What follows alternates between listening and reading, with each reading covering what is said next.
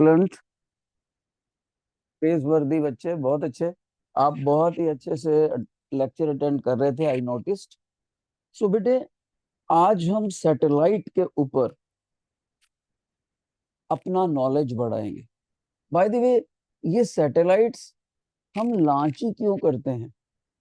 अगर one word में study करना हो, वन वर्ड में आपको आंसर देना हो, तो I will say for the sake of astronomical studies. हमने अपने प्लेनेट को भी ऑब्जर्व करना है, हमने दूसरे प्लेनेट को भी ऑब्जर्व करना है, हमने मून्स को भी ऑब्जर्व करना है। तो ये सारी चीजों को ऑब्जर्व करने के लिए मौसम को भी ऑब्जर्व करना है, टेलीकम्युनिकेशन में भी हमने मदद करनी है। ये सारे हमारे मकसद हैं सैटेलाइट्स को स्टडी करने के। तो सबसे पहले मैं अपने बच्चों को with the help of PPT satellites दिखाऊंगा और काफी सारी फोटोज दिखाऊंगा बेटे। उसके बाद मैं खुद बोर्ड पे कुछ चीजें एक्सप्लेन करूंगा, आपको सैटेलाइट का हिस्ट्री बताएंगे, फिर हम असाइनमेंट भी करें। शाबाश, listen very attentively. It has been written artificial satellites. तो सबसे पहले बच्चे के मन में जाता है, सर आर्टिफिशियल सैटेलाइट्स भी होते हैं? यस, नेचुरल सैटेलाइट भी होते हैं और मैन मेड सैटेलाइट भी होते हैं। जिसको इंसान ने बनाया अपने स्पेसिफिक पर्पस के लिए, वो होगी आर्टिफिशियल सैटेलाइट। प्रॉपर वर्ड है मैन मेड सैटेलाइट। और जो कुदरत की तरफ से हमारे अर्थ के प्लेनेट को एक ही सैटेलाइट मिला है, एक ही मून मिला है, उसको हम बोलेंगे नेचुरल सैटेलाइट। अब देखो ये क्या कह रहा है, नेचुरल एंड आर्टिफिशियल सैटेलाइट्स। हमें बोल रहा है कि आप देखो ये अर्थ है, इसके यहाँ पर हमने मून दिखाया, so that serve as natural satellite. लेकिन अब देखो इस तरह के ये जो सैटेलाइट्स हैं, ये हमने इंसान ने बनाई हैं, तो इनको क्या बोलेंगे हम? आर्टिफिशियल सैटेलाइट्स ऑर्बिटिंग अर्थ। राइट, आर्टिफिशियल सैटेलाइट्स ऑर्बिटिंग अर्थ। और ज्यादातर सैटेलाइट्स जो होती हैं, जमीन से कितनी हाइट के बीच बीच में आ जाती हैं बेटे? अगर सपोज करो बच्चा मेरे से पूछे, सर ये जो सैटेलाइट्स हैं, ये कितनी हाइट्स तक आ जाती हैं? तो माई आंसर विल बी बेटे, ये सैटेलाइट्स अर्थ के सरफेस से 8 किलोमीटर, 800 किलोमीटर की हाइट तक आ जाती है। 800 किलोमीटर की हाइट तक आ जाती है। राइट, और ये सैटेलाइट्स अपना एक राउंड पूरा करने में लगभग कितने मिनट लगाते हैं? देखो लिखा हुआ टीचर ने 100 मिनट, एक रेंज लिखी है approximate. So different satellites can take different durations. तो मेनली आपको इस टीचर ने इसमें बताया क्या, इस फिगर में आपने बस मेन बात ये याद करनी है कि मून नेचुरल सैटेलाइट्स हैं और साइंटिस्टों के द्वारा बनाई गई सैटेलाइट्स आर्टिफिशियल सैटेलाइट्स या मैन मेड सैटेलाइट्स होती हैं। उनका खास पर्पस होता है। वो पर्पस क्या होता है, अब आगे पढ़ेंगे हम। ये देखिए जी बेटे, हमारे पर्पसेस लिखे हुए हैं। मान लीजिए हमारा अप्रैल का महीना है और ऑल ऑफ ए सडन आसमान में बारिश होने वाली है। तो हमारे साइंटिस्ट पहले ही मौसम को सैटेलाइट की मदद से जजमेंट कर लेंगे। कैसे? वो सैटेलाइट से जजमेंट कर लेते हैं कि जो बादल पानी लेकर आ रहे हैं, उनकी पंजाब या उत्तर प्रदेश या हरियाणा की धरती की तरफ कितनी स्पीड से जा रहे हैं और कितने दिनों में पहुंच जाएंगे, बारिश करेंगे वहां पर। तो वहां पर जो बारिश करेंगे, तो हमारे साइंटिस्ट वेदर फोरकास्टिंग कर देते हैं, मौसम की भविष्यवाणी। किसकी मदद से? With the help of artificial satellites. वो पिक्चर्स लेते हैं, कहाँ कहाँ बादलों की फोटो हो रही है और बादल के फ्लोट होने की क्या स्पीड है और वो किधर को जा रहे हैं। सर उससे फायदा क्या है? उससे फायदा यह है कि हम 2 दिन पहले ही या एक दिन पहले किसानों को बोल देंगे कि आपकी सारी फसल खराब हो जाएगी बारिश से, आप एक दिन पहले ही काट लो। तो किसान जो न्यूज, एग्रीकल्चरल न्यूज का एक अलग से चैनल है हमारे टेलीविजन चैनल्स पे, और रेडियो पे भी न्यूज होती रहती है। तो किसान लोग उसके प्रति अटेंटिव होते हैं, वो अपनी सारी फसल को काट के बचा बचा लेते हैं। उनका फाइनेंशियल लॉस बच गया और हमारे देश का अनाज बच गया। तो ये कैसे मुमकिन हुआ? क्यों? वेदर फोरकास्टिंग की मदद से। देखो ये वेदर फोरकास्टिंग टीचर ने लिखा हुआ है, ये वन ऑफ द पर्पज हुआ। ठीक है। दूसरी बात क्या? दूसरी बात ये कि मान लीजिए आपके पापा कोई इंपॉर्टेंट काम जा रहे हैं दिल्ली में, तो आपको पापा को, पापा क्या आप आज की बजाय कल जा सकते हो? आपके पापा कहते हैं हाँ कल भी जा सकता हूँ, काम तो कल भी हो सकता है। तो आप उसको रोक दोगे, पापा आज मत जाना, क्योंकि मैंने सुना है कि आज उधर दिल्ली एरिया में या नोएडा एरिया में बहुत जबरदस्त बाढ़ आने की आशंका है, तो आप कहीं फ्लड्स में फंस ना जाओ। मैंने वेदर फोरकास्टिंग सुनी थी, हमारे देश का एक डिपार्टमेंट है इसरो, ISRO, उसने सैटेलाइट्स लॉन्च कर रखी हैं। वो फोटोग्राफ्स लेकर जजमेंट करके पहले ही बता देता है कहाँ पर नेचुरल कैलेमिटीज आने वाली हैं, फ्लड्स आने वाली हैं। तो पापा कहेंगे वेरी गुड, शाबाश शाबाश, आपको बता देंगे। तो सेकंड पर्पस है कि कहाँ पर हमारी फ्लड्स आने वाली हैं, ये वो। और एक है हमारा साइंटिफिक रिसर्च, हम दूसरे प्लैनेट्स के ऊपर जाकर उनकी सॉइल को रिसर्च करते हैं, वहां कौन कौन से एलिमेंट्स है ये देखते हैं, और वहां पर कौन कौन से मिनरल्स है ये देखते हैं, वहां वाटर की प्रेजेंस है कि नहीं है। ये भी हमारा एक मकसद है। और एक ये देखो टेलीकम्युनिकेशन सिस्टम, आपने कभी देखा होगा स्टार चैनल, स्टार चैनल के जो प्रोग्राम होते हैं स्टार स्पोर्ट्स के ऊपर, वो बहुत दूर से आते हैं, इतनी दूर से आते हैं कि वहां से डायरेक्ट स्टेट लाइन में सिग्नल हमारे देश के एंटीना तक पहुंच ही नहीं पाते, तो वो किसी और कंट्री के सिग्नल ऊपर सैटेलाइट्स को भेजते हैं। तो सैटेलाइट्स वहां उसको कैच करके वापस नीचे हमारे देश को भेजती है। तो इस तरह से जो टीवी कम्युनिकेशन है, ब्रॉडकास्ट कम्युनिकेशन है, वो भी एक सैटेलाइट का पर्पज है। अब ये देखो एक क्या लिखा टीचर ने, GPS। देखो नेविगेशन, नेविगेशन से एक वर्ड आपको जरूर पता होगा, सभी बच्चों को। कोई बता सकता है इसका फुल फॉर्म क्या है बेटे GPS का? What is the full form of GPS? Any student from? Yes yes, Karl Max, please come. और कार्ल मैक्स में एक बच्चा बता रहा है।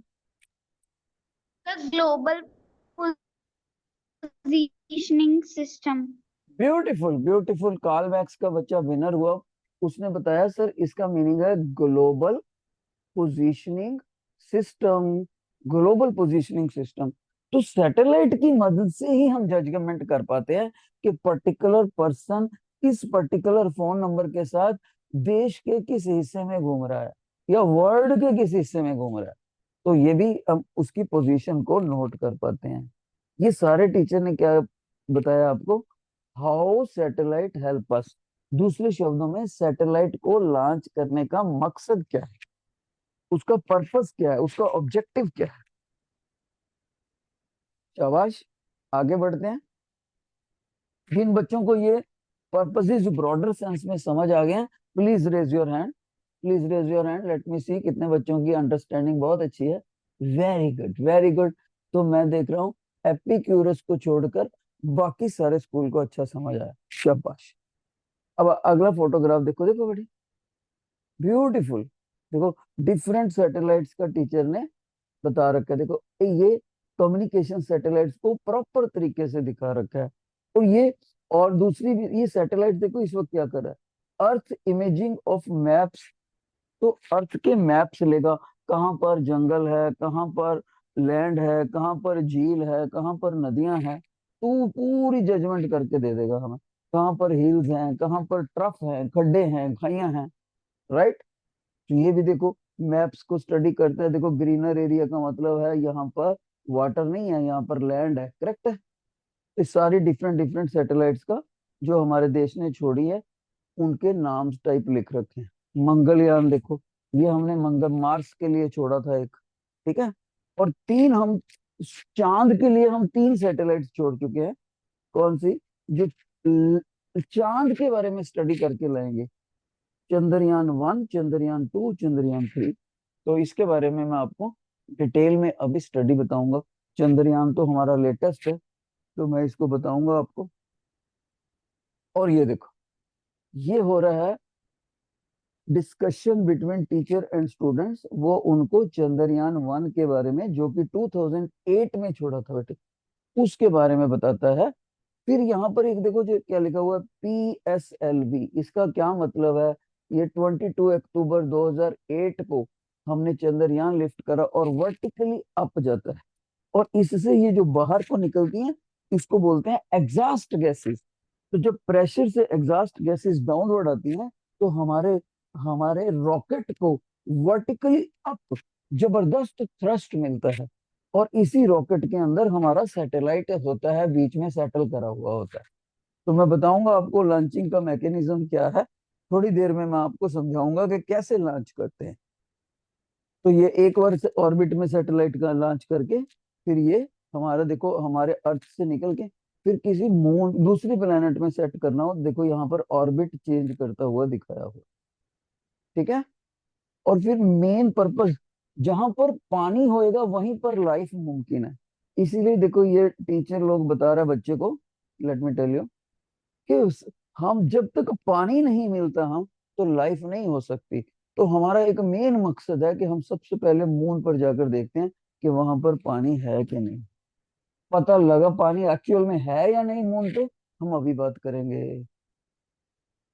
फिर देखो बेटे, ये चंद्रयान 2 के बारे में बच्चे क्यूरियोसिटी होगी, आपकी उम्र के बच्चे हैं, वो सिर्फ चंद्रयान 2, उसमें उसमें ये विक्रम क्या था, प्रज्ञान क्या था, आपने 2 साल पहले शायद टेलीविजन के ऊपर फोटोज भी देखी होंगी, चंद्रयान 3 लॉन्च करा था जब हमने। तो फिर ये सैटेलाइट्स की वर्टिकल लॉन्चिंग, हम अपने देश की सैटेलाइट्स कहाँ से लॉन्च करते हैं? बेंगलोर से करते हैं, बेंगलोर से, राइट।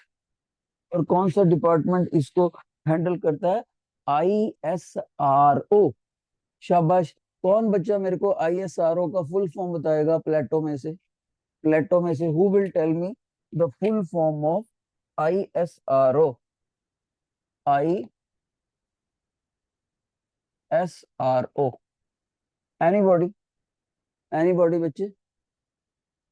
आ, आजो आजो, प्लेटो में से माइक पर आए बेटे, कोई प्लेटो में से। International Space research Organisation. बहुत ही बढ़िया, बच्चे ने बताया इंडियन स्पेस रिसर्च ऑर्गेनाइजेशन, इसका मतलब है इंडियन स्पेस रिसर्च ऑर्गेनाइजेशन। हमारे साइंटिस्ट लोग इसको स्टडी करते हैं बेटे, राइट। एक और फोटो दिखाता हूँ आपको, एक दो फोटो।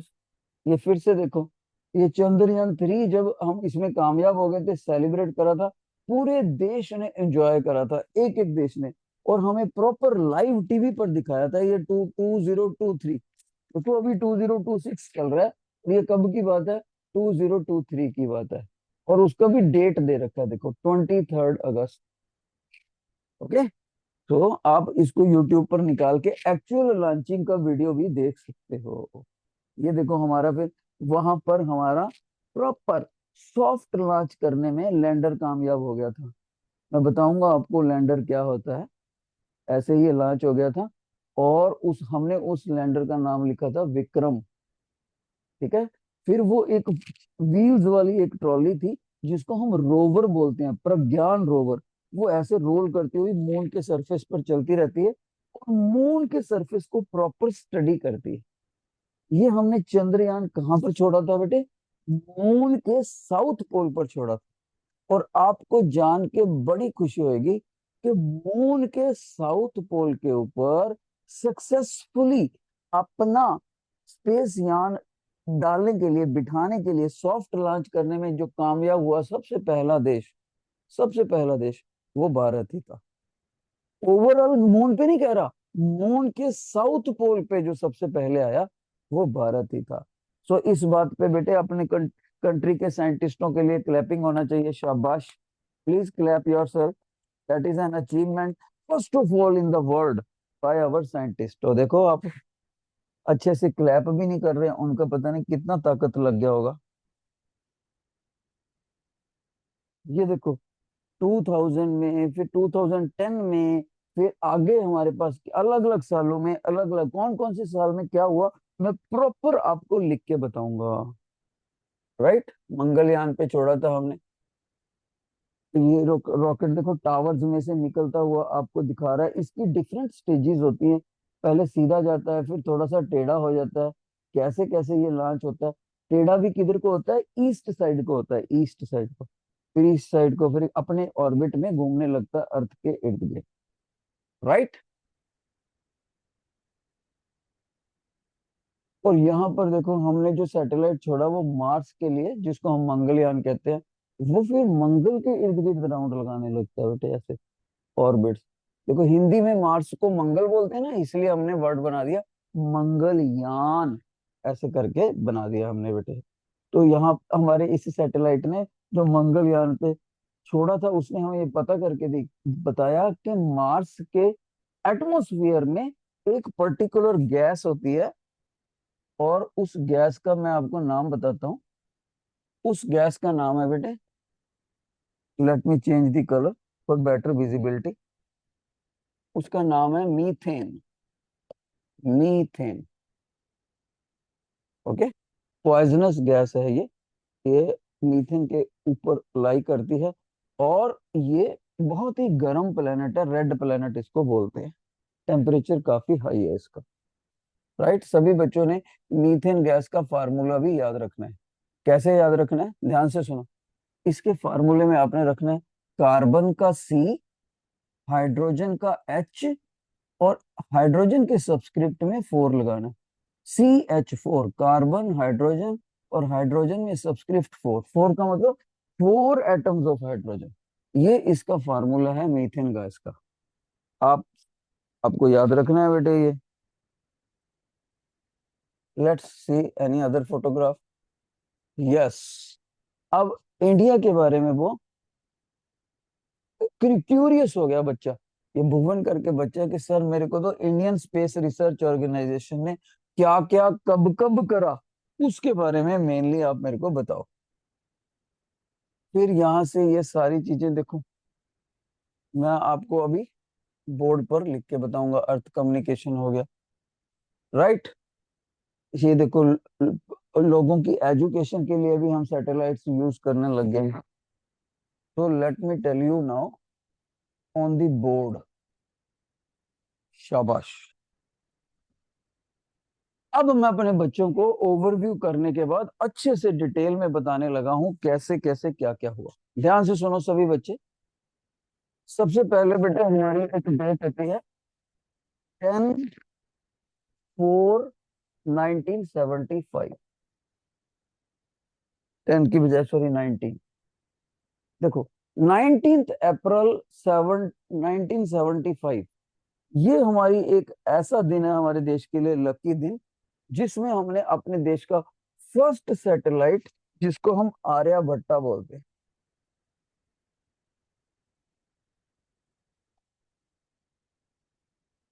आर्यभट्टा देखो, ये हमारे मैथमेटिशियन साइंटिस्ट रहे हैं, उनको रिस्पेक्ट देने के लिए उनके नाम पर रखा हुआ है आर्यभट्टा बच्चे। आर्यभट्टा हमने लॉन्च करा। और ये देखो, हमने सैटेलाइट तो बना लिया था, लेकिन इसको लॉन्च करने के लिए अबिलिटी, जो रॉकेट चाहिए था, जो स्पेस व्हीकल चाहिए था, जो इसको इसके ऑर्बिट में सेट करके आता, उसको बनाने की अभी हमारे देश की कैपेबिलिटी नहीं थी।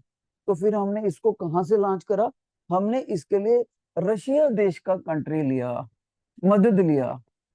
सोवियत यूनियन से हमने मदद लिया कि प्लीज आप अपना हमें अपना रॉकेट दे दो, ताकि हम अपना सैटेलाइट लॉन्च कर सकें। आपको पता है ये कंट्री हमारा शुरू से ही अच्छा फ्रेंड रहा है बेटे।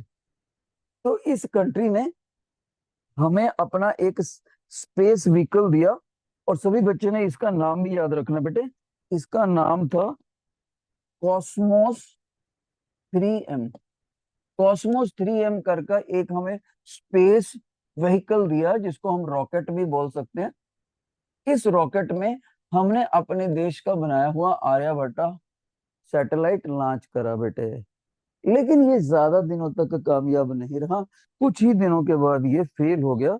लेकिन इसका पर्पस क्या था, इसका पर्पस था हमारा, दो चीजें इसका पर्पस था। ये क्यों छोड़ा था हमने, हम सोलर स्टडीज करना चाहते थे, सन के बारे में ज्यादा स्टडीज करना चाहते थे, और एक्सरे का स्पेक्ट्रम पढ़ना चाहते थे। एक्सरेज, एस्ट्रोनॉमी, एक्सरेज की मदद से आसमान की चीजों को, आसमान की एस्ट्रोनॉमिकल बॉडीज हैं, उनको स्टडी करना चाहते थे। ये हमने सबसे पहले। तो इंटेलिजेंट बच्चा वो होएगा जो इन पॉइंटों को लिखता भी जाएगा, शाबाश, लिखता भी जाएगा बेटे। तो सबसे पहले ये आपको याद रखना है। बच्चा कहता है सर फिर उसके बाद हमारा ये पहला मिशन देखो एक ही अच्छे से कामयाब नहीं हुआ। मैंने कहा क्यों बेटे? सर एक तो जो हमने सैटेलाइट बनाया था वो कुछ दिनों के बाद फेल हो गया। फिर उसको हमने जो लॉन्च भी करा अपने देश की मदद से लॉन्च नहीं करा, हमने लॉन्चिंग व्हीकल तो किसी और देश का लिया। मैंने कहा हाँ बेटे ये बात तो है। तो सर फिर हम इसके बाद फिर हमारी डेवलपमेंट कहाँ पर हुई, हमने तरक्की कहाँ पर करी? अब टीचर बोलेगा बेटे लगभग इससे देख लो वो 75 है, अब टीचर कह रहा है 1979। सर इस दिन क्या हुआ था? तो 1979 के अंदर सभी बच्चे ने याद रखना है, हमने एक रिमोट सेंसिंग सैटेलाइट छोड़ी जिसका नाम था भास्कर 1। देखो ये भी हिंदी वर्ड है लेकिन इंग्लिश में लिख रहा है teacher Bhaskar 1। Remote sensing, remote sensing satellite जो दूर बैठे बैठे हमारी अर्थ को स्टडी करी जाए, कहाँ पर फॉरेस्ट है, कहाँ पर बादल है, कहाँ पर क्या है, रिमोट सेंसिंग। ये सैटेलाइट हमारा कामयाब हो गया था और अच्छे से इसने काम करा। फिर हमारा और डेवलपमेंट हुआ तो हमने एक एडवांस सैटेलाइट छोड़ी। सभी बच्चों ने ईयर बाय ईयर याद रखना है, 75 के बाद 79। फिर हमने जल्दी ही तरक्की करी बेटे 1980 में। 1980 में हमने एक और सैटेलाइट छोड़ा जिसका नाम था रोहिणी RS 1। रोहिणी RS 1 जानते हो रोहिणी RS 1 में सबसे सबसे खास बात क्या है? सैटेलाइट तो थी ही थी लेकिन हमने जिस स्पेस व्हीकल के साथ, जिस रॉकेट के साथ इसको छोड़ा, वो रॉकेट भी हमने खुद बनाया, दूसरी कंट्री का बिल्कुल भी हेल्प नहीं लिया। आप कह सकते हो by using indigenous technology of Bharat. और उस व्हीकल का नाम सभी बच्चों ने याद रखना है, SLV3। ये इंडिजिनस है, भारत का अपना व्हीकल है ये। और ये खुद लेके गया था इस सैटेलाइट को, कौन सी को? रोहिणी RS 1। और ये भी हमारा मिशन कामयाब हो गया था बेटे।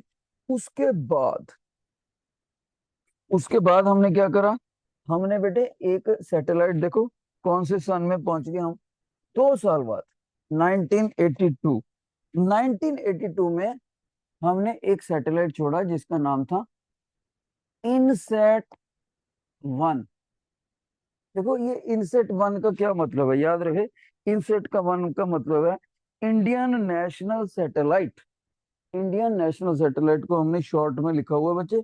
ये हमने कामयाबी से लॉन्च कर दिया ऑर्बिट में। और इसका मकसद क्या था? इसका मकसद था टेलीविजन कम्युनिकेशन को बहुत अच्छा कर देना। टेलीविजन कम्युनिकेशन को बहुत अच्छा कर देना, एक कंट्री के दूसरे कंट्री तक जो सिग्नल आते हैं टेली कम्युनिकेशन, उसको भी इम्प्रूव करना। यानी कि इनकी मदद से हम दूसरे देशों के प्रोग्राम भी देखने लगे और हम बाकी देशों से भी कम्युनिकेशन वाइज बेटर कनेक्टेड हो गए। फिर क्या हुआ सर? फिर देखो कंट्री ने बोला कि अब हम ज्यादा ही बढ़िया चीज लॉन्च करना चाहते हैं, तो थोड़ा सा टाइम ले लिया कंट्री ने। 1988 में आ गए बेटे, इन्होंने अपना IRS 1A, IRS 1A launch करा। फिर उसके बाद आई आर एस की सीरीज ही लगा दी। सीरीज 1 2 3 ऐसे ऐसे करके सीरीज लगा दी। और ये इंडियन रिमोट सेंसिंग सैटेलाइट्स हैं। इनका क्या काम था ध्यान से सुनना, जो IRS 1A था, सभी बच्चे ध्यान से सुनना। IRS 1A का प्राइमरीली पर्पस हमने फसलों और पानी पे लगा दिया, एग्रीकल्चर और पानी पे लगा दिया। इसलिए ये डेडिकेटेड सैटेलाइट है जो हमारे किसानों की मदद करती है, हमारे जंगलों के बारे में पूरी नॉलेज देती है। कोई अवैध जंगल तो नहीं काट रहा हमारा, कोई नुकसान तो नहीं हो रहा जंगलों का, हमारे देश में ग्रीनरी का बैलेंस बना हुआ है कि नहीं बना हुआ। और हमारे को वाटर रिसोर्सिस के बारे में नॉलेज देती रहती है, किसी वाटर रिजर्वर में पानी है प्रॉपर के नहीं, कहीं ज्यादा तो नहीं आ गया, कहीं फ्लड तो नहीं आने वाली। कुछ इस तरह का इसका पर्पज है। पर्टिकुलरली देखा जाए तो primarily linked with the greenery and agriculture. Okay, अब मैं देखना चाहता हूं, देखते हैं कौन बच्चा ध्यान से सुनता था। कौन बच्चा मेरे को बताएगा कि सोवियत यूनियन ने अपना कौन सा व्हीकल हमें दिया था अपनी पहली सैटेलाइट आर्यभट्टा को लॉन्च करने की। शाबाश, very good. Karl Max, mike पर आकर बताओ बेटा। माइक पर ही सेम बच्चा, छा गए भाई। Sir cosmos 3M। Very good बेटे, what is your name? Sir Sahibdeep Singh. Sahibdeep Singh करके एक बच्चा है कार्ल मैक्स में भाई, सारे स्कूल को बीट कर रहा है। मैं तो हैरान हूँ, इसका कंपटीशन कौन कर पाएगा। छोटा सा बच्चा है और सबको बीट कर रहा है। तो इसने इतने ध्यान से सुना, इतने ध्यान से सुना कि उस व्हीकल का नाम भी याद रखा इसने। अच्छा, एक क्वेश्चन और करते हैं, देखते हैं कौन जवाब, कौन साहिब को बीट कर पाता है। एकदम से आंसर, हाथ खड़ा होना चाहिए आपका। देखते हैं कौन पहले करते। ऐसे सैटेलाइट का नाम क्या था जो प्राइमरीली एग्रीकल्चर और ग्रीनरी और वाटर के ऊपर फोकस्ड था? एग्रीकल्चर, ग्रीनरी, फॉरेस्ट्री और वाटर के ऊपर। Raise your hands. उसी बच्चे, IRS शाबाश भाई, मानना पड़ेगा। रोहिणी के, नहीं, रसल रसल सेक्शन के किसी बच्चे ने कार्ल मैक्स से पहले जवाब दे दिया इसमें। Very good, very good. What is your name बेटे, रसल में? और वेरी गुड, गुड गुड। तो बेटे एक बच्चा है, देखो, रसल में, मेरे को उसका नाम तो अच्छे से नहीं सुना, लेकिन उसने बीट करके दिखाया कार्ल मैक्स को। नाइस। ऐसे कंपटीशन। अब आगे सुनो, थोड़ा सा मैं और भी बताता हूँ। देखो, मैं इधर से इधर को एक्सप्लेन कर रहा हूँ ताकि मेरे बॉडी से कुछ भी छुपे ना, आपको सब कुछ दिखता रहे। देखो 1998 के बाद हमने डायरेक्ट जंप मारा 208 के ऊपर। 208 के ऊपर मैं आपको फोटोग्राफ्स में भी देखा था, बताया था। हमने चांद के ऊपर अपना पहला सैटेलाइट याद लॉन्च करा बेटे, Chandrayaan first. Chandrayaan first. Okay, ये पहला ऐसा यान था हमारे द्वारा छोड़ा गया जिसने वर्ल्ड को बताया, क्या बताया, संसार को, दुनिया को क्या बताया, कि चांद के ऊपर वाटर कुछ ना कुछ अवेलेबल है। Yes, there is some water on the moon surface. तो जरूरी नहीं है कि वो लिक्विड फॉर्म में हो, लेकिन अवेलेबल है मून के ऊपर कुछ ना कुछ मात्रा में पानी है। ये हमने बताया, भारत के चंद्रयान फर्स्ट ने बताया किसको? To the whole world, to the whole world. तो इसके लिए हमें प्राउड फील करना चाहिए। उसके बाद क्या हुआ सर? उसके बाद फिर बेटे 2013 में जाकर हमने देखा कि मून को हमने स्टडी कर लिया, और एक और प्लेनेट है जिसको हम बोलते हैं मार्स। मार्स की स्टडी के लिए हमने अपना मंगलयान छोड़ा। मंगलयान, ठीक है बेटे, ये मंगलयान हमने छोड़ा। और आपको मैंने बताया था, इसी मंगलयान ने बताया कि मार्स के एटमॉस्फेयर में एक पॉइजनस गैस है, उसका नाम है मीथेन, CH4, मीथेन। ओके, और ये था हमारा। और उसके बाद हमने 2017 में, अब सुनो जी, तो बहुत ही खास बात है, सभी बच्चे ध्यान से सुनेंगे। Let me put it in the memory. 2017 में देखो हमने क्या कर दिया बच्चे, सुनने वाली बात है, वेरी इंपॉर्टेंट। साइंटिस्टों ने क्या करा, इन्होंने बिजनेस से लिंक्ड बेटे, commercial and mega launch system ला कर दिया, मेगा लॉन्चिंग कर दी। लेकिन ये सैटेलाइट बहुत ज्यादा छोड़ी, वो सारी की सारी भारत के बिजनेस को प्रमोट करने के लिए, इंक्रीज करने के लिए फायदेमंद साबित हुई। जानते हो कितनी सैटेलाइट लॉन्च करी एक ही बार में? एक ही बार में इकट्ठी की इकट्ठी हमने सैटेलाइट लॉन्च कर दी। 104 सैटेलाइट लॉन्च, 104। किसके द्वारा हमने छोड़ी? फायदा एक व्हीकल, व्हीकल का नाम क्या था बेटे? PSLV। PSLV हमने एक व्हीकल लिया, उससे 104 छोटे छोटे सैटेलाइट्स छोड़ दिए, और वो सारे सैटेलाइट्स हमारे देश के कमर्शियल सेक्शन को, बिजनेस को मदद करने में कामयाब हुए। और हमारे से पहले वर्ल्ड में चाहे वो चीन है, चाहे वो अमेरिका है, चाहे वो जापान है, चाहे वो यूके है, किसी ने भी इतने सैटेलाइट्स सक्सेसफुली एक ही बार में नहीं लॉन्च करे। और हमारा जो ये व्हीकल का नाम है PSLV, सभी बच्चों ने इसकी फुल फॉर्म याद रखनी है, पोलर सैटेलाइट लॉन्च व्हीकल। क्या नाम बताया बेटे इसका टीचर ने? Polar satellite launch vehicle. Polar satellite launch vehicle. Vehicle भी हमने बनाया था खुद से, और छोटे छोटे सैटेलाइट्स भी हमने बनाए थे खुद। इसमें हमने किसी भी उसकी मदद नहीं ली बेटे, दूसरे कंट्री की। राइट? तो ये था बच्चे हमारे पास एक हिस्ट्री जो टीचर ने आपको बताई। अब बच्चे कहते हैं सर जब हमें ये सैटेलाइट लॉन्च करते हैं तो इसका मैकेनिज्म क्या है? मैं आपको इसका मेथड समझाने कर लगाऊं कि इसको सैटेलाइट को लॉन्च कैसे करें। शाबाश। दूसरे शब्दों में हेडिंग दे सकता हूं, way of launching. Way of launch. तो इस डिपार्टमेंट का नाम है ISRO, Indian space research organisation. यही हमारा लीडर है देश में, और इसकी भी ज्यादा से ज्यादा डिस्कवरीज भारत के कौन से शहर में होती हैं? बेंगलोर। बेंगलोर में। राइट? और जो बच्चे साइंस में अपना अच्छा फ्यूचर बनाना चाहते हैं, मैं अभी से बता दूं, बेंगलोर में हमारा एक बहुत ही बढ़िया साइंस का इंस्टीट्यूट है जिसका नाम है इंडियन इंस्टीट्यूट ऑफ साइंस। वो +2 के बाद 5 ईयर का इंटीग्रेटेड कोर्स कराता है। +2 के बाद 5 साल वो इस तरह की हमारी साइंस की डिस्कवरीज कराता है, और IIT का एंट्रेंस देना पड़ता है। जो बच्चा उसको क्लियर कर लेना, उसका सैलरी बहुत अच्छा लगता है, उसका फ्यूचर बहुत अच्छा होता है, और वो देश की अच्छे से सेवा करता है।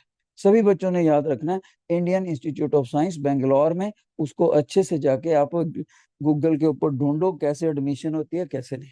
अब देखो ये क्या करा बेटे, हम ना, ध्यान से सुनना, हमारे रॉकेट, जो हमारा रॉकेट व्हीकल होता है जो लॉन्च कर लेके जाएगा बेटे, उसके अंदर हमारा ये सैटेलाइट सेट होता है। अब ध्यान से सुनना, पहले हम इसको लॉन्चिंग पैड पर रखते हैं। Launching pad. लॉन्चिंग पैड हमारे देश का बेंगलोर में ही है।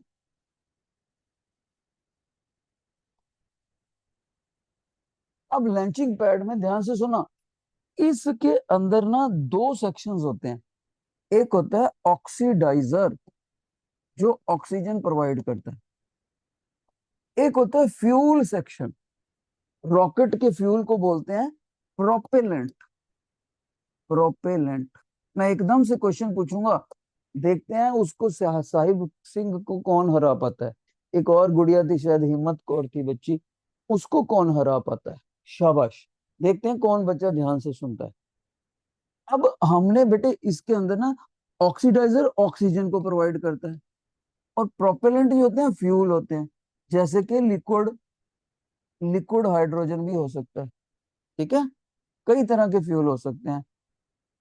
अब लिक्विड हाइड्रोजन कह रहा है जैसे टीचर। अब इन, एक चीज जलने में मदद करती है, दूसरी जलेगी, और हमने इसको दे दिया स्पार्क। जैसे ही हमने इसको स्पार्क दे दिया, देखो बेटे स्पार्क दे दिया, और स्पार्क देते ही फ्यूल जलने लगा, और हमने दोनों चैम्बरों के बीच का पिन निकाल दिया, तो ऑक्सीजन फ्यूल चैम्बर को मिलने लगा, जिससे जबरदस्त जबरदस्त अमाउंट में यहाँ नीचे से, जो ये दोनों ये लिक्विड फॉर्म में होते हैं दोनों, ऑक्सीजन और हाइड्रोजन। अब जब आग लगी तो बहुत ज्यादा प्रेशर से बाहर आएंगी गैसेस, बाहर, उनको हम बोलते हैं एग्जॉस्ट गैसेस। Exhaust gases. तो जब प्रेशर बाहर से आती है तो रॉकेट को अपवर्ड थ्रस्ट मिलता है, vertical upward thrust. Vertical upward thrust. अगर इसका आपको डेली लाइफ में एग्जांपल बताऊं, मान लीजिए आपके हाथ में वाटर का पाइप पकड़ा हुआ है, पानी का पाइप पकड़ा हुआ है फ्रंट से, और उधर वो टैप पे लगा हुआ है। आप अपने ब्रदर को बोलो भैया एकदम से टैप खोल देना। उसने एकदम से टैप खोला, पानी आया। जैसे ही पानी पाइप से बाहर निकलता है तो आपके हाथ को बैकवर्ड पुश लगता है, पानी एकदम से बाहर और बैकवर्ड पुश है। इसी तरह से यहाँ देखो, एग्जॉस्ट गैसेस जब बहुत स्पीड से बाहर आती हैं तो इस रॉकेट को फॉरवर्ड पुश मिलता है और ये वर्टिकली अप जाता है, वर्टिकली अप जाता जाता जाता जाता। अब ध्यान से सुनो, मान लीजिए ये अर्थ का सरफेस है और इससे सर्टन हाइट तक पहुंचा। ये हाइट जो टीचर कह रहा है, ध्यान से सुन लेना बेटे, ये हाइट टीचर कह रहा है 300 किलोमीटर से लेकर 1500 किलोमीटर तक हाइट। इसको हाइट ना बोल के प्रॉपर टेक्निकल वर्ड है अल्टीट्यूड। अल्टीट्यूड, वैसे हाइट भी बोल दो तो नो प्रॉब्लम। तो अर्थ के सरफेस से जब ये अल्टीट्यूड होता है, इसको low altitude, low value of altitude बोलते हैं। वैसे यहां पर जब रॉकेट जाता है तो सभी बच्चों ने याद रखना है, रॉकेट के ऊपर को जाने की जो स्पीड होती है, जो स्पीड होती है बेटे, स्पीड का सिंबल वी होता है, वो होता है 7.8 किलोमीटर पर सेकेंड। पर आवर नहीं, पर सेकेंड। और यहां भी मीटर नहीं, किलोमीटर, किलोमीटर। ठीक है। अगर कोई बच्चा अगर कोई बच्चा कभी चंडीगढ़ से दिल्ली तक कार में गया हो तो वो लगभग 250 किलोमीटर है, 250 किलोमीटर। ओके। और अब टीचर क्या कह रहा है, 7.8 किलोमीटर की दूरी सिर्फ एक सेकंड में, घड़ी का एक सेकंड, और 7.8 किलोमीटर एकदम से। ओके, इतनी स्पीड होती है। अभी तो ये लो स्पीड है, फिर ये जो रॉकेट होता है बहुत हाई हाइट पे चला जाता है। जब ज्यादा हाइट पे चला गया रॉकेट, ओके बेटे, हाइट पे रॉकेट चला गया तो उसकी वेलोसिटी और भी तेज करनी पड़ती है। सर कितनी हाइट पर, आप वैल्यू तो बता दो। ये ध्यान से सुनना, ये वैल्यू देखो, मैं यहां से जमीन से इसकी अल्टीट्यूड बताने लगा हूं, सभी बच्चे याद रखेंगे। 35786 किलोमीटर, इतनी हाइट तक हमने जाना ही जाना होता है। 35786 किलोमीटर। शॉर्ट में कई लोग इसको 36,000 किलोमीटर भी बोल देते हैं अप्रोक्सीमेटली, लेकिन ये एग्जैक्ट वैल्यू है। इस जगह पर जाके रॉकेट की जो वेलोसिटी होती है वो वो 7.8 किलोमीटर पर सेकंड से बढ़कर 10 और 11 के बीच में आ जाती है। 10 और 11 के बीच में किलोमीटर पर सेकंड, किलोमीटर पर सेकंड। तो आपको टीचर ने पहले ही बोल दिया था कि जो भी इसको रॉकेट को लॉन्च करने जाएगा ना, हमारी सैटेलाइट को, वो मल्टी स्टेज होएगा, मल्टी स्टेज। कभी ज्यादा फ्यूल निकालेगा, कभी स्पीड बढ़ा घटाई होएगी, फिर बढ़ाई होएगी। पहले वर्टिकल जाएगा, वर्टिकल जा, ये देखो जमीन से पहले वर्टिकल उठेगा, वर्टिकल उठते हुए वो ईस्ट की तरफ थोड़ा सा टिल्ट हो जाता है, फिर टिल्ट हो जाएगा, फिर ज्यादा टिल्ट हो जाएगा। फिर वो जब ऐसे घूमने लग जाता है ना, तो हम देखते हैं कि बीच में हमारा अर्थ ही होता है। तो सभी बच्चों ने याद रखना है, पहले वर्टिकली अप जाएगा, फिर उसके बाद वो ईस्ट की तरफ टिल्ट हो जाएगा और अपने आप को अर्थ की इक्वेटर के सामने ले आएगा। जैसे ये इक्वेटर वाली लाइन होती है सामने, उसके इर्द गिर्द घूमने लग जाएगा, उसके फेस टू फेस। इक्वेटर पर घूमने से उसको फायदा क्या है, क्योंकि अर्थ भी अपनी एक्सिस के इर्द गिर्द घूमती है, वो भी अपना एटमोस्फियर साथ में घुमाती रहती है। जब इक्वेटर के ऊपर सैटेलाइट घूमता है तो उसको मदद मिलती है अर्थ के एटमोस्फियर से।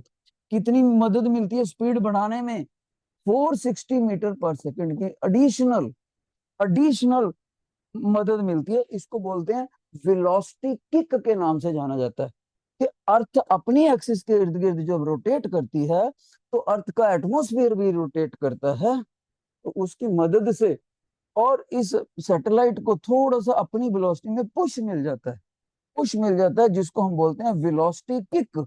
और वेलोसिटी किक की वैल्यू याद रखनी है सभी बच्चों ने, 460 किलोमीटर। एक और बात याद रखनी है बेटे, एक टीचर वर्ड बोलने लगे IGS, ध्यान से सुना, IGS, इसका फुल फॉर्म सुन लो, इनर्शियल गाइडिंग सिस्टम।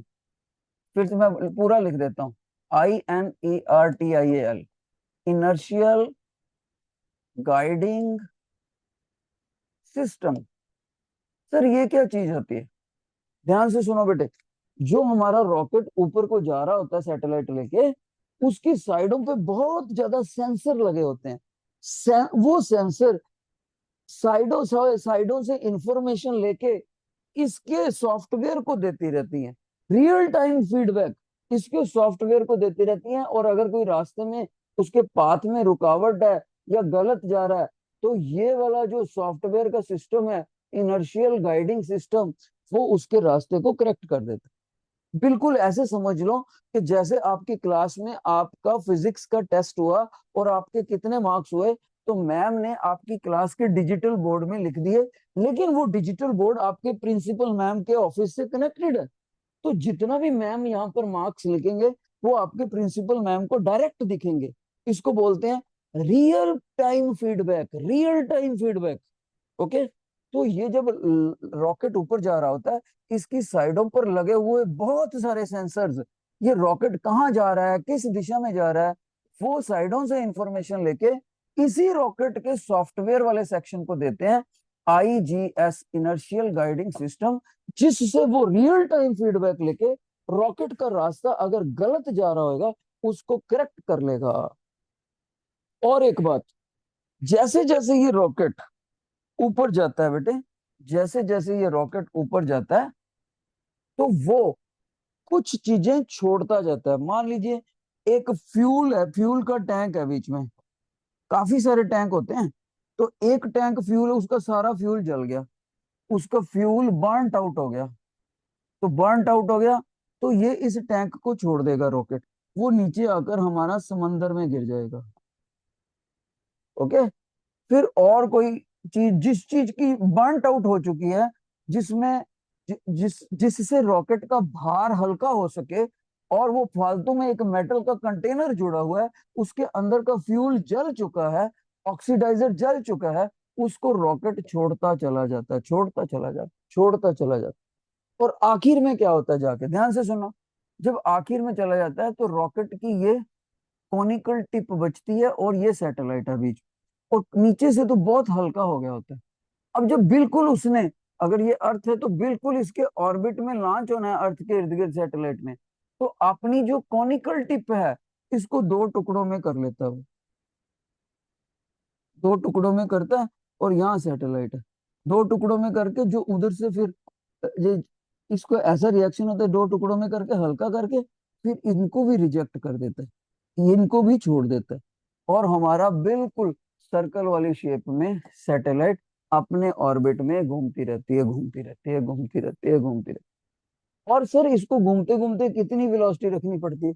इसको इतनी वेलोसिटी रखनी पड़ती है कि अर्थ की ग्रेविटी उसको अपनी तरफ खींच ना सके, अर्थ उसको खींच ना सके, इतनी हॉरिजॉन्टल वेलोसिटी उसको रखनी पड़ती है हर जगह पर। और एक खास बात, ध्यान से सुना, मान लीजिए ये हमारी अर्थ है, ये अपनी एक्सिस के इर्द गिर्द घूमी जा रही है, तो अर्थ अपनी एक्सिस के इर्द गिर्द कितने टाइम में एक चक्कर पूरा करती है? सर 24 आवर्स में। तो अगर मैंने एक ऐसी सैटेलाइट लॉन्च कर दी, तो वो जो अपना चक्कर भी पूरा करेगी 24 आवर्स में।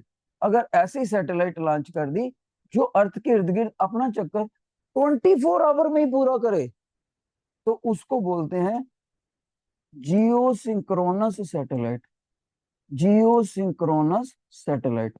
इसका एक और नाम भी है geostationary satellite, geostationary satellite, geosynchronous या जियो स्टेशनरी सैटेलाइट। सर इसकी खासियत क्या है? देखो, अब इसकी खासियत मैं आपको अच्छे से समझाता हूँ, ध्यान से सुन। अब मान लीजिए ये सैटेलाइट है, ये जो माउस पकड़ा है ये सैटेलाइट, ये हमारी अर्थ है। अब अर्थ अपनी एक्सिस के इर्द गिर्द ऐसे घूमती है, देखो 24 आवर्स, ऐसे ऐसे घूमेगी, ऐसे ऐसे। तो ये सैटेलाइट भी 24 आवर्स में घूमती है। तो मान लीजिए ये भारत का मैप है यहाँ पर, तो सैटेलाइट उसके सामने है, तो ये जैसे जैसे अर्थ घूमेगी, ये सैटेलाइट भारत के नक्शे के सामने ही रहेगी। देखो, फिर से देखो, ये भारत का मैप है, और उसके सामने ये सैटेलाइट है, राइट। तो अब ये अर्थ भी अपनी एक्सिस में 24 आवर्स में राउंड लगाती है, और जियो सिंक्रोनस भी 24 आवर्स में। तो ये उसके सामने ही रह गया, ऐसे ऐसे ऐसे। तो जमीन पे खड़े हुए बंदे को हमेशा दिखती रहेगी भारत के रेजिडेंट को। उसको लगेगा जमीन पे खड़े होकर ये तो चलती ही नहीं है, ना आगे निकलती है ना पीछे रहती है। तो जमीन पे खड़े हुए उसको लगता है कि ये रुकी हुई है, इसीलिए उन्होंने बोल लिया, वर्ड ले लिया, जियो मैंने अर्थ, स्टेशनरी मैंने एट रेस्ट। बट रियलिटी में रुकी नहीं हुई, बल्कि वो भी घूम रही है। उसका टाइम पीरियड और अर्थ का टाइम पीरियड दोनों ही 24 आवर्स है। उसका किसका, सैटेलाइट का अराउंड द अर्थ, और दूसरा कौन सा, अर्थ का अपनी एक्सिस के इर्द गिर्द, दोनों ही 24 आवर्स। सर ऐसी सैटेलाइट का फायदा क्या है, ध्यान से सुनो। अगर ये जियो सिंक्रोनस सैटेलाइट हमारी कंट्री के बिल्कुल ऊपर है, राइट, तो ये ऊपर से तस्वीरें लेती रहेगी, फोटोज लेती रहेगी, पिक्चर्स क्लिक करती रहेगी, लगातार वीडियोस बनाती रहेगी। सर उसका क्या फायदा, उससे हमें पता लगेगा कि हमारा कोई दुश्मन कंट्री, हमारा कोई पड़ोसी कोई मिलिट्री एक्टिविटी तो नहीं कर रहा, हमारे देश के ऊपर कोई अटैक तो नहीं कर रहा, हमारे देश में कोई गड़बड़ फैलाने की कोशिश करता है, तो हम पहले ही एक्शन ले सकें, अपनी आर्मी को, एयरफोर्स को और नेवी को अलर्ट मोड पर लेके आ सकें। सर और कोई फायदा, ये लगातार फोटोज लेता रहेगा हमारे देश की, उससे पता लगेगा पूरे देश में कि इस वक्त कहाँ पर बादल है, कहाँ पर लो प्रेशर एयर है, कहाँ पर हाई प्रेशर एयर है, कहाँ पर तूफान आने वाला है, कहाँ पर फ्लड आने वाली है। ये सारी पहले ही इंफॉर्मेशन लेके हमारे देश के रेजिडेंट्स को चौकन्ना करता रहेगा, और वो प्रोटेक्टिव मेजर्स ले सकेंगे, अपने आप को बचा सकेंगे। ठीक है, कितने बच्चों को अभी तक सारी बातें समझ आई, raise your hand, raise your hand, beautiful beautiful. अब बेटे मैं आपको पर्टिकुलरली ऐसी चीज पे लेके जाना चाहता हूं, थैंक यू थैंक यू, जिसके बारे में हमारे कंट्री का लेटेस्ट लेटेस्ट डेवलपमेंट हुआ है, उसका नाम है चंद्रयान। सभी बच्चे सुनो, चंद्रयान 2 पे बात कर रहे हैं हम, सेकंड पे। पहले वाला हमने कब करा था, 2008 में। अब चंद्रयान सेकंड पे बात करने लगे हैं टीचर, ओके। फिर चंद्रयान थर्ड पे, और फ्यूचर में हम चंद्रयान 4 भी छोड़ेंगे। तो पहले सुनो, चंद्रयान जो सेकंड है, इसको हमने कब लॉन्च करा बेटे, सभी बच्चे डेट याद रखेंगे, 22/7/19 में, 2019 में इसको हमने लॉन्च करा, ओके। और इसका पर्पस क्या था, इसका पर्पस था, हम मून के साउथ पोल को स्टडी करना चाहते हैं, मून के साउथ पोल की स्टडीज करना चाहते थे, उसके बारे में इंफॉर्मेशन लेना चाहते थे, ये इसकी स्टडीज है। तो सर ये क्या हम इसमें कामयाब हुए, फीडबैक क्या है बेटे, मैं बताना चाहूंगा। जब भी हम मून के ऊपर कोई सैटेलाइट छोड़ते हैं, अपना मून के ऊपर अपना स्पेस मिशन के तहत कोई रॉकेट भेजते हैं, तो उसके पास 3 पार्ट होते हैं, 3 पार्ट।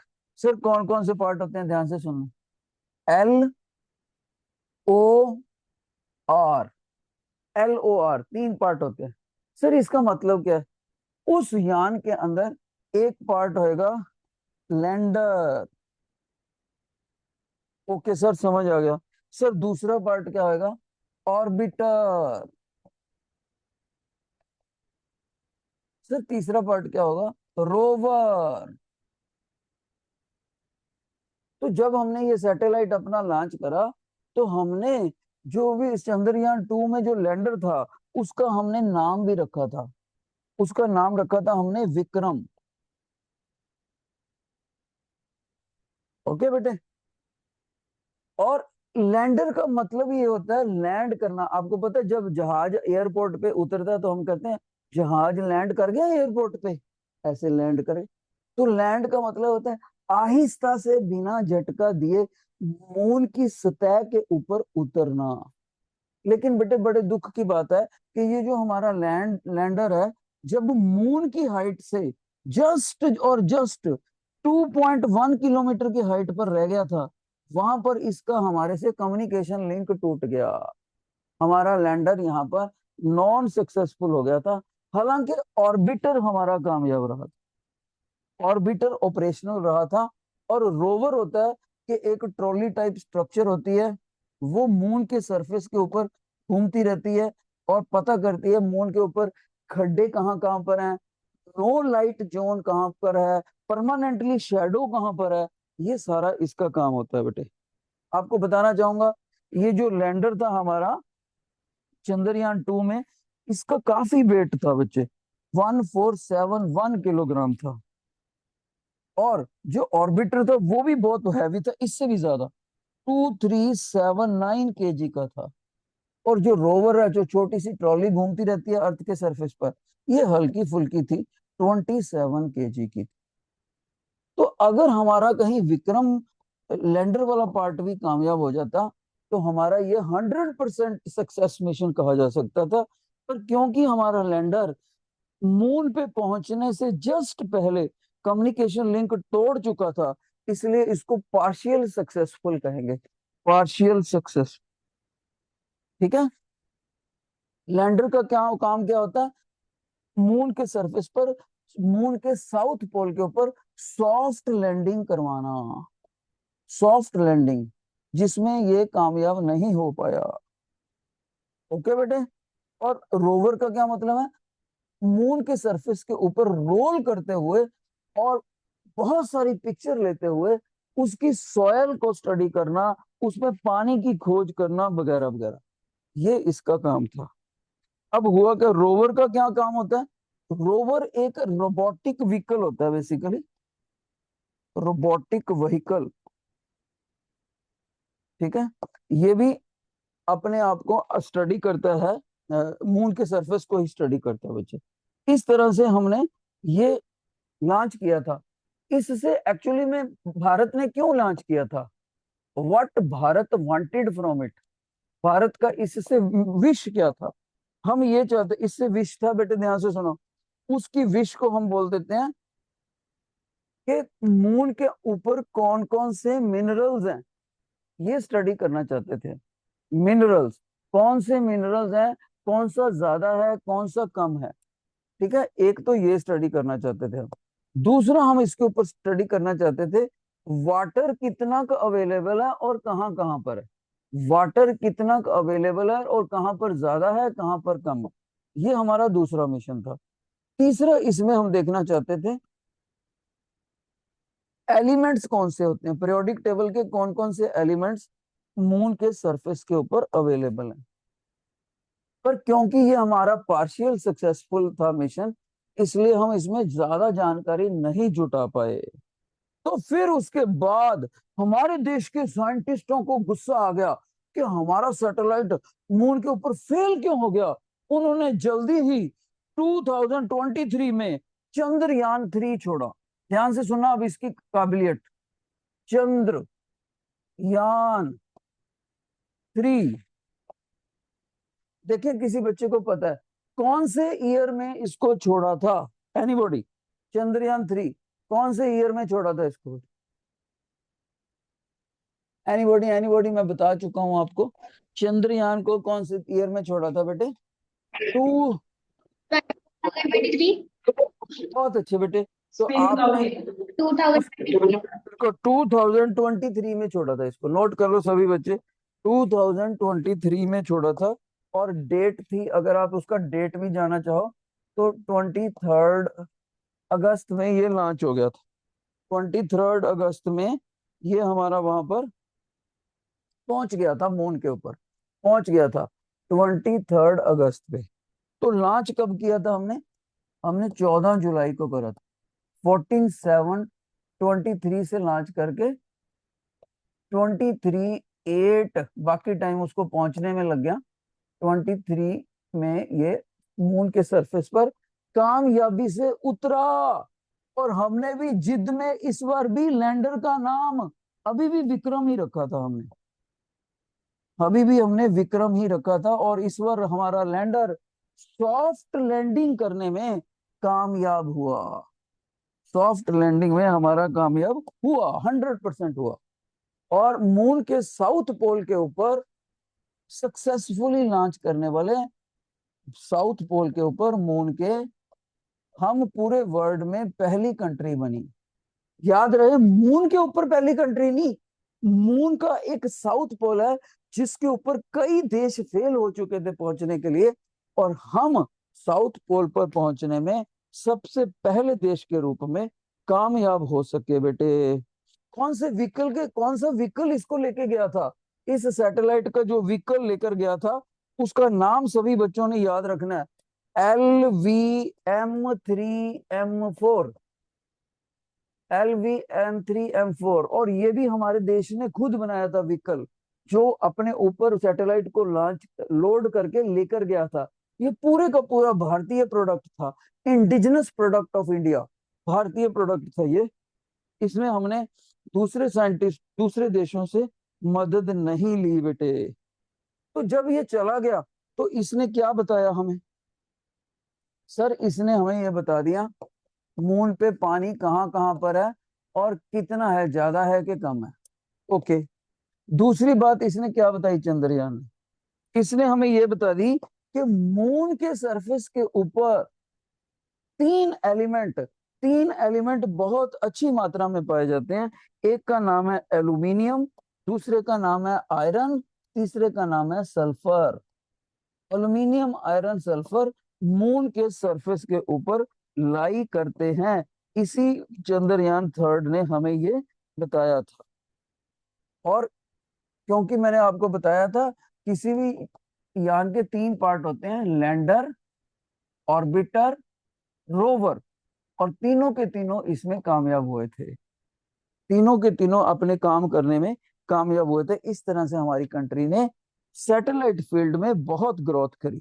तो मैंने आपको पूरी डिटेल में समझाया कैसे लॉन्च करते हैं, कितनी स्पीड करते हैं, टेढ़ा कहाँ पर करते हैं, ये वो। कितने बच्चों को ये सारी इंफॉर्मेशन अच्छी लगी? Raise your hand, raise your hand, शाबाश, ब्यूटीफुल ब्यूटीफुल, बहुत ही अच्छा रिस्पॉन्स। यानी कि आप ये समझ लो, वेरी गुड वेरी गुड। मैंने सिर्फ आपको मैथमेटिकल फार्मूले नहीं बताए, वरना तो मैं आपकी नॉलेज को मैं सच बताऊं तो +1 के बच्चे के मुकाबले में बता दिया आपको। इतनी ज्यादा इंफॉर्मेशन दे दी मैंने आपको सैटेलाइट की। अगर इससे आधी बातें भी आपको याद रहेगी तो भी आपकी नॉलेज बहुत अच्छी मानी जाएगी। अब हमारे पास बेटे असाइनमेंट है, तो असाइनमेंट कराने से पहले मैं टीचर से पूछूंगा किसी से, हमारे पास टाइम बचा भी है असाइनमेंट का कि नहीं? योर अटेंशन बेटे, हमारे पास असाइनमेंट का टाइम बचा है या नहीं? कोई बच्चा माइक पर आकर बताए कितना टाइम बचा है लेक्चर में, पीरियड में कितना टाइम बचा है बेटे?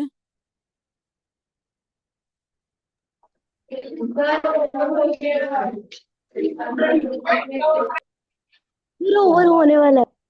हाँ फिर तो ये हो गया बेटे, ओवर हो गया मेरे ख्याल। तो आज हम इतना ही करेंगे।